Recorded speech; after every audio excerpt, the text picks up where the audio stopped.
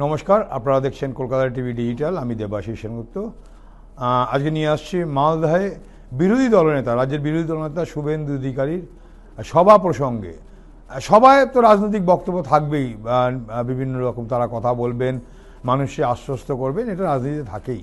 কিন্তু যে বিষয়টা নিয়ে প্রশ্ন এবং সেই প্রশ্নের জায়গায় যেটা নিয়ে বিতর্ক, যে তৃণমূল কংগ্রেসের যিনি জেলা সভাপতি, অর্থাৎ মালদা জেলা যিনি সভাপতি, তিনি বলেছিলেন, একটা সময় বলেছিলেন তিনি যে মালদায় পা রাখতে দেবেন না, বিরোধী দলনেতার উদ্দেশ্য করেই তিনি বলেছিলেন। আব্দুর রহিম বক্সি একথা বলার পরে আজ চাঁচলে, অর্থাৎ বলা যেতে পারে শুক্রবার 2রা জানুয়ারি চাঁচলে যে সভা, সেই সভায় সেখানে গিয়েছিলেন এবং সেখানে গিয়ে তিনি সভা করেছেন এবং সভা করতে গিয়ে প্রকাশ্যেই তিনি কিন্তু চ্যালেঞ্জ ছুড়লেন যে আয়, দাঁড়িয়ে আছি আয়, এই আয়, দাঁড়িয়ে আছি আয়, এই কথা তিনি কাকে বললেন? এটা নিয়ে কিন্তু প্রশ্ন আসছে, তিনি চ্যালেঞ্জটা কাকে করলেন?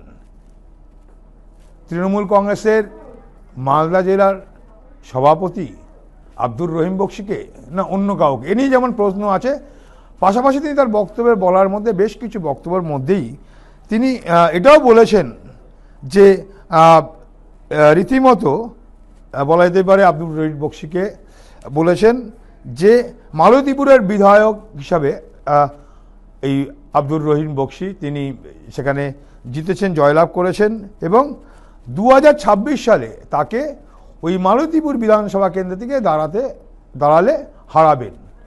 যদি তৃণমূল কংগ্রেস মালতীপুরে ওই আব্দুর রহিম বক্সিকে দাঁড় করায়, তাহলে কে জিতবে উনি জানেন না, কিন্তু উনি হারাবেন ওই আব্দুর রহিম বক্সিকে। এই যে বিষয়টা, সেই বিষয়টা নিয়ে কিন্তু রীতিমতো ভাবার বিষয় আছে। কেন আব্দুর রহিম বক্সি টার্গেট? তিনি কেবলমাত্র বলেছেন বলে সেই জায়গায় না, অন্য কোনো ইঙ্গিত করছেন। এবং এ কথা বলতে গিয়ে তিনি যেটা বলেছেন, রাজ্যের বিরোধী দলনেতা, এই যে ভাষা আয়, দাঁড়িয়ে আছি। রাজ্যের বিরোধী দলনেতা আব্দুর রহিম বক্সি একটি স্বীকৃত রাজনৈতিক দলের তিনি জেলার সভাপতি, পাশাপাশি তিনি রাজ্য বিধানসভার একজন বিধায়কও বটে। তার প্রতি এই যে ভাষা বিষয়, যেটা একটা আয়, যদি হিসাব করা যায় বয়সে হয়তো শুভেন্দু অধিকারীর থেকে বড়ই হবে, কারণ আমরা যা খবর পাচ্ছি আব্দুর রহিম বক্সির এই মুহূর্তে বয়স প্রায় 62-র মতো হবে সেরকম জায়গায় দাঁড়িয়ে। অর্থাৎ বলা যেতে পারে শুভেন্দু অধিকারীর থেকে বয়সে, অর্থাৎ বিরোধী দলের থেকে বয়সে অনেকটাই বড়। তার প্রতি এই ভাষা, সেটা নিয়েও একটা প্রশ্ন থাকছে, অনেকের মধ্যেই প্রশ্ন রয়েছে। তবু রাজনীতিতে সব কিছু সম্ভব, কিন্তু একজন বিধায়ককে তার মিনিমাম সম্মানটুকু পর্যন্ত তিনি পাবেন না। একটা স্বীকৃত রাজনৈতিক দলের একটা জেলা সভাপতি, তিনি এই যে তার সম্মান পাবেন না, এটা নিয়েও কিন্তু প্রশ্ন। এবং সেটা করছেন কে? রাজ্যের বিরোধী দলনেতা। অর্থাৎ অনেকেই বলে এখন যে নতুন প্রজন্মের কিন্তু রাজনীতির প্রতি রীতিমতো বিতৃষ্ণার তৈরি হচ্ছে। তাহলে কি তার পিছনে এই কারণগুলো কি একটা কারণ? যে এই যে ভাষা সংযম, ভাষার যে ব্যবহার, সেই ভাষা ব্যবহার নিয়ে, যে ক্ষেত্রে একজন বিধায়ক, যারা আইন তৈরি করে, রাজ্যের আইন প্রণেতা, তাদের মধ্যেই যদি ভাষার বিষয় হয়, তা নিয়েও কিন্তু প্রশ্ন অনেক মানুষের, যাদের সঙ্গে আমরা কথা বলছিলাম। এবং তিনি এই প্রসঙ্গে রাজনীতি বলতে গিয়ে তিনি কিন্তু যখন তার বক্তব্য রাখছেন, তিনি বলেছেন, এটা অবশ্য রাজনীতিতে বলতেই পারেন, যে তিনি এই যিনি যে সভা করছেন, সেই সভায় চাঁচলে যে সভাটা তিনি করছেন, সেই সভাটা তিনি করছেন এবং সেক্ষেত্রে মহামান্য আদালতের রায় নিয়ে তিনি করছেন, অর্থাৎ আদালতের নির্দেশ। তার মানে তিনি বলতে চাইছেন রাজ্যের শাসক দল তাকে সভা করতে দেয়নি, তাই তিনি আদালতে গেছেন এবং আদালতে গিয়ে শাসক দল মানে শাসক দলের প্রশাসন করতে দেয়নি এবং অনুমতি নিয়ে করছেন। এবং তিনি এটাও বলেছেন যে এটা তার মানে আদালতের নির্দেশ নিয়ে যে সভা, তার 104তম সভা। অর্থাৎ তিনি এটাও কিন্তু এখানে বলেছেন যে তিনি মানে শাসক দল এবং তাদের প্রশাসন তাদেরকে সভা করতে দিচ্ছে না, তিনি সভা করছেন এবং সভা বলছেন। এবং তিনি এ প্রসঙ্গে বলতে গিয়ে বলেছেন যে এর আগে তিনি 2024-এর পরিসংখ্যান দিয়েছে খুব সম্ভবত, ছাপ্পা ভোট রিগিং করে বাংলাদেশ অনুপ্রবেশকারীদের যে কথা বারবার তারা বলে আসেন, তাই দিয়ে তাদের নাকি 2024 সালে ভোটের ফরাক ছিল 40 লক্ষ। অর্থাৎ রাজ্যের যারা শাসক দল তাদের সঙ্গে, অর্থাৎ তাদের মানে বলতে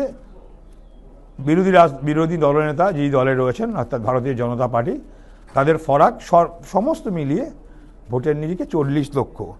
এবং এই 40 লক্ষের মধ্যে তিনি যেটা বলেছেন, আলাদা করে যেটা বলেছেন, যে এই এসআইআর হওয়ার, রাজ্যে এসআইআর চলছে এবং এসআইআর এর প্রথম ঝটকায় বলছে প্রথমেই 58 লক্ষ নাম বাদ গিয়েছে এবং এই তালিকা থেকে বাদ গিয়েছেন এবং আরও কিছু বাদ যাবে, রোহিঙ্গা অনুপ্রবেশকারী তাদের নামও বাদ যাবে।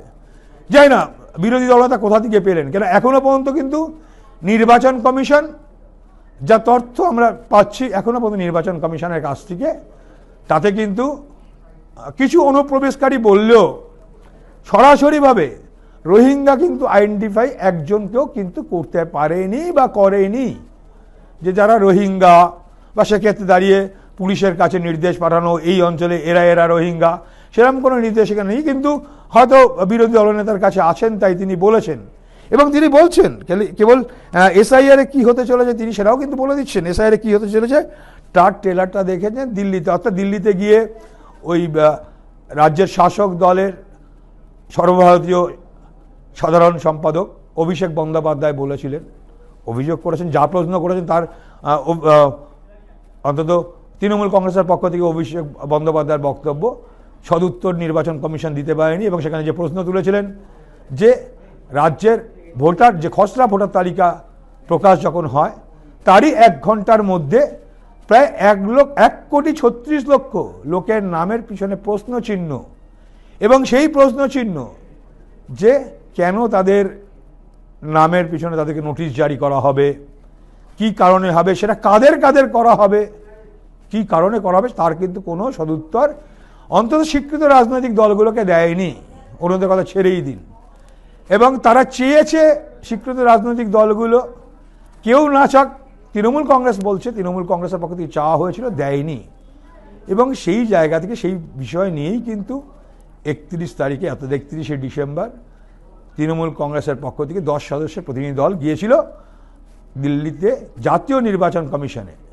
বেরিয়ে এসে স্পষ্টত নির্বাচন কমিশনের সামনেই দাঁড়িয়ে তারা বলেছেন, সাংবাদিক সম্মেলন করেছেন, করে বলেছেন তাদের প্রশ্নের সঠিক উত্তর নির্বাচন কমিশন দিতে পারেনি। এবং দিতে পারে খালি তাই নয়, তিনি চ্যালেঞ্জ করেছিলেন অভিষেক বন্দ্যোপাধ্যায় যে আমরা সকলের সামনে বলছি আপনি নিচে এসে আমাদের প্রশ্নের উত্তরগুলো দিন, সাংবাদিকদের কাছে প্রশ্নের উত্তর আমাদের দিতে হবে না।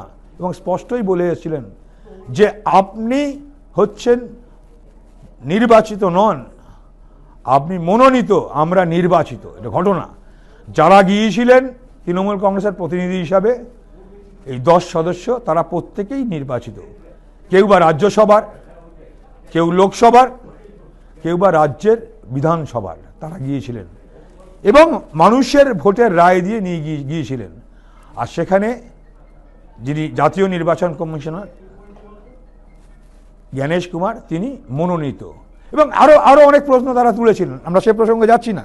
কিন্তু আজকের এই মালতীপুর, অর্থাৎ এই শুক্রবার মালতীপুরের যে সভা, চাঁচলে যে সভা হয়েছে মালতীপুরের বিধায়ককে নিয়ে চাঁচলে যে সভা করেছেন এবং সেখানে তাকে যে কথা বলেছেন, এবং সেক্ষেত্রে দাঁড়িয়ে তিনি বলেছেন, তিনি অর্থাৎ রাজ্যের বিরোধী দলনেতা বলেছেন যে 14ই ফেব্রুয়ারির পর থেকে নাকি তৃণমূলের সকলেই বলবে যে কি হতে চলেছে। অর্থাৎ এই যে এখন ট্রেলার দেখছেন এসআইআর কি হতে চলেছে, তাই ট্রেলারটা দেখছেন, তার তো দিল্লিতে তৃণমূলের সেকেন্ড ইন কমান্ড এখন বলছে ভোটার লিস্টটা নাকি মানি না। এটা বলছে ফেব্রুয়ারি মাসের, অর্থাৎ 2026-এর ফেব্রুয়ারি মাসে যখন মূল আসল ভোটার তালিকা বেরাবে, ভোটার যে তালিকা বেরাবে সেখানটায় তখন নাকি অনেকেই এই কথা বলবেন। তার মানে বোঝাই যাচ্ছে যে অনেক নাম বাদ যাবে।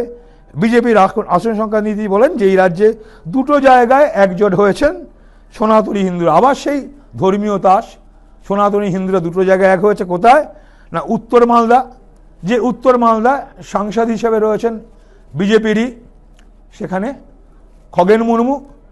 কিছুদিন আগে আমরা দেখিয়েছিলাম, খগেন মুর্মুর কথা শুনেছিলাম, তিনি নাকি আক্রান্ত হয়েছেন শাসক দলের কাছে, যদি তারপরে একজন আইনসভার লোককে এরমভাবে যদি মারধর সত্যিই করে থাকে তাহলে তা নিয়ে তারপর তারা চুপ কেন। আর দ্বিতীয়ত হচ্ছে নন্দীগ্রাম। নন্দীগ্রাম মানে হচ্ছে যেখানে রাজ্যের বিরোধী দলনেতা, যেখান থেকে তিনি নির্বাচিত, বিধানসভায় নির্বাচিত, অর্থাৎ উত্তর মালদায় সাংসদ, সেখানে খগেন মুর্মু, আর নন্দীগ্রামে। এটা হচ্ছে বিরোধী দলনেতার বক্তব্য। কিন্তু সেই বক্তব্যের প্রসঙ্গ জায়গায় কি করে বুঝে নিচ্ছেন আগে থেকে বিরোধী দলনেতা যে 14ই ফেব্রুয়ারি আরও সকলেই বলবে এই কথা তৃণমূল কংগ্রেসের, অর্থাৎ তার মানে যে অভিযোগ বিরোধী দল, রাজ্যের শাসক দল তৃণমূল কংগ্রেস যে কথা বারবার বলছে যে নির্বাচন কমিশন চলছে বিজেপির অঙ্গুলি হেলনে, এবং তার একাধিক উদাহরণ তারা বলেছেন যে অভিযোগ করা হচ্ছে সেই অভিযোগের মধ্যে রয়েছে। এবং শুক্রবার, আজকে যখন এই কথা আমরা দাঁড়িয়ে বলছি, ঠিক এই শুক্রবার দুপুরবেলা 2টার সময় একটি সভা হয়েছিল দক্ষিণ 24 পরগনার বারুইপুরে। সেই সভা থেকে 3 জন ব্যক্তিকে অভিষেক বন্দ্যোপাধ্যায় তুলেছিলেন তার মঞ্চে। সেই মঞ্চে তিনি দেখিয়েছিলেন যাদের নির্বাচন কমিশনের যে খসড়া তালিকা প্রকাশ করেছে ওই 3 জনকেই মৃত দেখানো হয়েছে, অর্থাৎ তারা জল জ্যান্ত রয়েছে, যাদেরকে নিয়ে এসেছিলেন অভিষেক বন্দ্যোপাধ্যায় তার ওই মঞ্চে, অর্থাৎ মঞ্চ দিয়ে, অর্থাৎ খালি মুখে কথা বলেননি, তিনি কিন্তু একদম হাতে কলমে দেখিয়ে দিয়েছেন যে এরা জীবিত, অথচ নির্বাচন কমিশন তাদেরকে মৃত ঘোষণা করেছেন। আর এই উত্তর মালদাকে দেখিয়েই সনাতনীরা এবার বলছেন বিরোধী দলনেতা যে উত্তর মালদাকে দেখেই, অর্থাৎ উত্তর মালদা, এই নন্দীগ্রাম, যেখানে তিনি বলছেন সনাতনীরা নাকি এক হয়েছে, এবং সেটা দেখে যদি সবাই, অর্থাৎ সব সনাতনীকেও ধরে নিচ্ছেন, সব সনাতনী তাদের কথা শুনবেন, এবং সেই সনাতনীদের ক্ষেত্রে সেক্ষেত্রে গতবার যখন বলেছিলেন এই তাদের কেন্দ্র থেকে আসা বর্তমান যিনি স্বরাষ্ট্রমন্ত্রী, সেই বিজেপির দ্বিতীয় সুপ্রিমো, প্রধানমন্ত্রী নরেন্দ্র মোদীর পরই বলা যেতে পারে দেশের স্বরাষ্ট্রমন্ত্রী, তিনি গতবার বলেছেন ইসবাত 200 বার। এবার অবশ্য সে কথা বলেননি দেশের স্বরাষ্ট্রমন্ত্রী, এবার বলেছেন 2/3 বা 1/3 এরকম কিছুটা বলেছেন। কিন্তু সেই জায়গায় দাঁড়িয়ে গতবার বলেছেন ইসবাত 200 বার, সেটা বলেননি। আর আজকে কিন্তু চাঁচলের ওই যিনি সভা থেকে বিরোধী দলনেতা বলছে সেইটা নাকি 200 থেকে 220 হয়ে যেতে হবে আসন সংখ্যা, এবং কেবল তাই নয়, মালদায় তাদের 6টা আসন তারা পাবে, এবং তিনি মনে করছেন আরও 2টো বাড়তে পারে। তাহলে সেক্ষেত্রে এই বাড়াটা নিয়েও কীভাবে বাড়তে পারে তা কিন্তু একটা প্রশ্ন থাকছেই, যে কী কেন এই বাড়তে পারে, সেগুলো নিয়ে অনেকগুলো বিষয় আছে। কারণ আমরা এর আগেই আমাদের খবরেই আমরা বলেছিলাম যে মালদায় মিম নাকি অনেকগুলো আসনে প্রার্থী দেবে, এবং সেখানে একটা ভোট কাটাকাটির রাজনীতি হ্যান ত্যান, এবং সেখানে তিনি বলছেন যে মালদায় নাকি জোটের বিরুদ্ধে তাদের লড়াই হবে। এই জোটটা কারা? তৃণমূল কংগ্রেস এই মুহূর্তে যা সাংগঠনিকভাবে তার যে পরিস্থিতি, তার সঙ্গে তাদের জোট করার প্রয়োজন নেই, স্পষ্টত অভিষেক বন্দ্যোপাধ্যায় জানিয়ে দিয়েছেন। এবং সেই জায়গায় তিনি যদি বলেন জোট, তাহলে জোট কাদের সঙ্গে, কারা জোট করবেন, এটা নিয়ে কিন্তু একটা বড় প্রশ্ন থাকছে, অন্তত রাজনীতি যারা বিশ্লেষক তাদের মধ্যে একটা প্রশ্ন থাকছে। এবং এই মালদার বিষয়ে তিনি পরিষ্কার যেটা বলেছেন আজকে, আবারও তিনি যেটা বলেছেন যে কলমবাগানে, অর্থাৎ যে সভাটা হচ্ছিল সে কলমবাগান অঞ্চল, সেখানে বলছেন কলমবাগানে আয়, এখানে আয়, আমি দাঁড়িয়ে আছি, অর্থাৎ চ্যালেঞ্জ করে দিচ্ছে ওই মালদা জেলার তৃণমূল কংগ্রেসের সভাপতির উদ্দেশ্যে।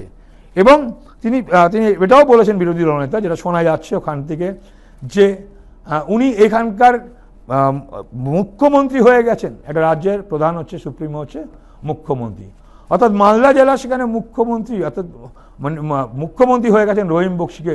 বলতে কি ইঙ্গিত করেছেন বোঝা যাচ্ছে না, তবে ওই যে বলেছিলেন তিনি, রহিম বক্সি, রাজনীতিতে যেরকম হয় যে মালদায় পা রাখতে দেবেন না, ওই আদালতের নির্দেশ দিয়ে সেখানে সভা করার পর এরকম কিন্তু তিনি বলেছেন। এবং সেক্ষেত্রে তিনি এটাও বলেছেন যে তিনি ওই আব্দুর রহিম বক্সি তিনি বলেছিলেন ঢুকতে দেবো না, পা ভেঙে দেবো, তার প্রত্যুত্তরে বিরোধী দলনেতা এমনটা বলেছে। এবং তিনি এটাও চ্যালেঞ্জ করেছেন কলমবাগানে আয়, দাঁড়িয়ে আছি। এবং কেবল তাই নয়, তার পাশাপাশি কিন্তু ব্যক্তিগতভাবে বেশ কিছু তিনি কিন্তু তার বিরুদ্ধে অভিযোগও তুলেছেন। কি না, আরএসপি কথা আমরা সবাই জানি, আব্দুর রহিম বক্সি তিনি 2019 সালে আরএসপি থেকে তৃণমূল কংগ্রেসে যোগ দিয়েছে তার সাংগঠনিক দক্ষতার বলে, একটি স্বীকৃত রাজনৈতিক দল তারা তাকে তাদের জেলা সভাপতি করেছেন। এটা নিয়ে অনেকে প্রশ্ন করলো, বিরোধী দলনেতাকে নিয়ে অনেক প্রশ্ন করতে পারে। এবং তিনি আবার এটাও বলছেন যে আমি যখন এবং আইসিডিএসের চাকরি নাকি বিক্রি করেছেন, তো তখন তো তিনি ছিলেন একদম ক্ষমতার তুখর জায়গায় আর কি, ক্ষমতার শীর্ষে। তখন তিনি কেন ব্যবস্থা নেননি? আজকে লড়াইয়ের জায়গায় এসে যখন তিনি বলেছেন, অর্থাৎ জেলা সভাপতি যখন বলেছেন, তার বিরুদ্ধে তিনি বলছেন তিনি আইসিডিএসের চাকরি বিক্রি করতেন নাকি এই আব্দুর রহিম বক্সী। কিন্তু তখন তিনি ধরেননি, তিনি তখন ক্ষমতায় ছিলেন, ধরতে পারেননি, ধরেননি। তার মানে প্রচারের জন্য প্রচার করতে হয়। আবার ঠিক একই জায়গায় বলছেন আমি যখন ওই জেলার অবজারভার ছিলাম, পরে হচ্ছে যখন তৃণমূল কংগ্রেস যখন চলে এসছেন এই আব্দুর রহিম বক্সী, তিনি নাকি বলছেন যে রহিম আমার দরজা খুলে দিত, গাড়ির দরজা খুলে দিত। স্বাভাবিক, সেই সময় মমতা বন্দ্যোপাধ্যায় শুভেন্দু অধিকারীর উপর ভরসা করেছিল। ওই একটা জেলা না, পাঁচটা জেলার তিনি অবজারভার ছিলেন, জঙ্গলমহল সহ 5-5টা জেলার অবজারভার করেছিলেন মমতা বন্দ্যোপাধ্যায়। যদিও পরবর্তীকালে অভিষেক বন্দ্যোপাধ্যায়ের বুদ্ধিতে কিন্তু রীতিমতো সেটায় কাঠি পড়ে, রীতিমতো সেটা কিন্তু বাদ যায়। এবং যখন সেটা বুঝতে পারে, তিনিও কিন্তু পরিবর্তন করে দল, অর্থাৎ তিনি শাসক দলের মন্ত্রী ছিলেন, অবশ্যই মন্ত্রী থেকে তিনি পদত্যাগ করেন, মন্ত্রিত্ব ছাড়েন, দল ছাড়েন, গিয়ে তিনি বিজেপিতে যোগ দেন। এর পিছনে রাজ্যের লোক অনেক কথা বলছে, রাজনীতিবিদ অনেক কথা বলছে, আমরা সে কথা বলতে যাব না, আপনারা সকলেই সে জানেন। কিন্তু প্রশ্ন হচ্ছে ভাষাগত এই ভাষার যে ব্যবহার, সেই ব্যবহারের জায়গা থেকে একটা বড় প্রশ্ন এসে দাঁড়াচ্ছে। এবং তিনি যেটা বলছেন মালতীপুরে রহিম বক্সীকে হারাতেই পারে, রাজনৈতিক দল ক্ষমতা থাকলে হারাবেন, সাংগঠনিক শক্তি থাকলে হারাবেন। কিন্তু তিনি যে কথাটা বলছেন যে এই মালতীপুরে যেখান থেকে নির্বাচিত বর্তমানে আব্দুর রহিম বক্সী, সেখানে কে দাঁড়াবে আমি জানি না, তবে যদি তৃণমূল কংগ্রেস আব্দুর রহিম বক্সীকে মালতীপুরে দাঁড় করায়, তাহলে ওকে আমি হারাবো। এই ব্যক্তিগত জায়গাটা কেন, ব্যক্তিগত জায়গায় কেন ওকে হারাবে? তাহলে সমস্ত জায়গাটা সামগ্রিকভাবে বলুক, একদম ব্যক্তিগত জায়গায় ওকে আমি হারাবো। তৃণমূল কংগ্রেস নিশ্চয়ই ঠিক করে দেবে না, বা শুভেন্দু অধিকারী রাজ্যের বিরোধীরা ঠিক করে দেবে না তৃণমূল কংগ্রেস কাকে প্রার্থী করবে, কোথায় প্রার্থী করবে। এটা নিয়ে কিন্তু একটা বড় প্রশ্ন থাকছে যে কেন এই ধরনের মন্তব্য তিনি করছেন। এটা অন্তত রাজনীতিবিদরা এমনটা মন্তব্য করছে। এবং যে কথা এর আগেই বলছিলাম, তিনি বলেছেন যে তিনি এগিয়ে আছেন, তারা ওই 6টা সিট তারা পাবেন, আরও 2টো পেতে পারেন। এবং তিনি এর প্রসঙ্গে তারপর তৃণমূল কংগ্রেসের দুর্নীতির কথা বলেছেন, নানান রকম কথা বলছে, রাজনীতিতে বলেই।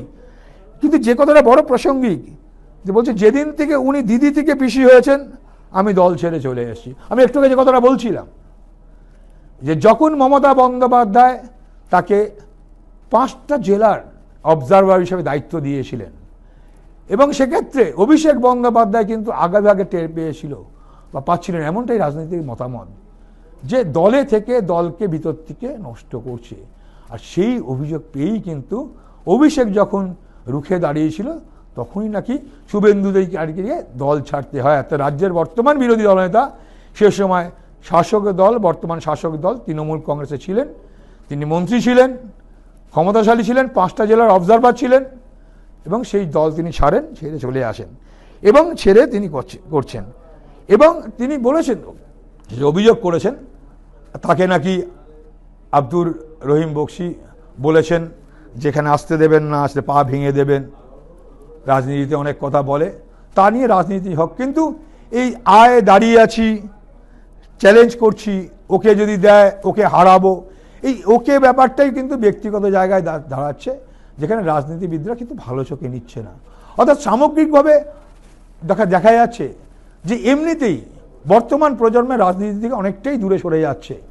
সে অর্থে কিন্তু রাজনীতি তারা আসছেন না, তারা তাদের নিজস্ব ক্যারিয়ার করতে তারা কিন্তু ব্যস্ত হয়ে পড়ছে। আর সেই জায়গায় দাঁড়িয়ে একজন বিধায়ক, সম্মানীয় বিধায়ক, বয়োজ্যেষ্ঠ মানুষ, তাকে উক্তি করছেন কে না, রাজ্যের বিরোধী দলনেতা, যিনিও সম্মানীয়, কিন্তু আমাকে কেউ গালি দিলে তার পরিবর্তে আমি গালি দেবো। এটাও তো অন্তত আমাদের বাংলার সংস্কৃতি নয়। যদিও তিনি বলেছেন, যে ও কে, অর্থাৎ সনাতনীরা এক হয়েছেন, তারা কিন্তু দুটো জায়গায় আমরা এগিয়ে আছি, উত্তর মালদা এবং নন্দীগ্রাম, সোনাতরীরা সেখানে এক হয়েছে দুটো জায়গায়। তার মানে কী ইঙ্গিত করতে চাইছেন? যদিও নির্বাচন কমিশনের নির্দেশিকা স্পষ্ট রয়েছে যে কোনো রকমভাবে কিন্তু নির্বাচনের কাজে ধর্মীয় ভাবের ব্যবহার করা যাবে না। এক্ষেত্রে উনি কিন্তু অনেকের প্রশ্ন রাখছে। অর্থাৎ সব মিলিয়ে বিরোধী রাজনৈতিক দল হিসাবে রাজ্যে তারা প্রচার শুরু করেছেন ক্ষমতায় যেই আসুক, নির্বাচন সামনেই, অর্থাৎ 2026-এ নির্বাচন। সেই নির্বাচনকে মাথায় রেখে একদিকে যেমন দুই রাজনৈতিক দলই তারা প্রচারে নেমে পড়েছে, পাশাপাশি কিন্তু তারা একে অপরের বিরুদ্ধে বলা যেমন শুরু করেছে। সেক্ষেত্রে দাঁড়িয়ে শুক্রবার চাঁচলের যে মন্তব্য করেছেন রাজ্যের বিরোধী দলনেতা, যে তিনি আদালতের নির্দেশ নিয়ে গেছেন, আদালতের নির্দেশে তিনি 104তম সভা করছেন চাঁচলে, এবং সেক্ষেত্রে দাঁড়িয়ে যে ভাষা ব্যবহার করছে, ভাষা নিয়ে যেমন প্রশ্ন আসছে, পাশাপাশি ব্যক্তিগতভাবে কুৎসা করছেন।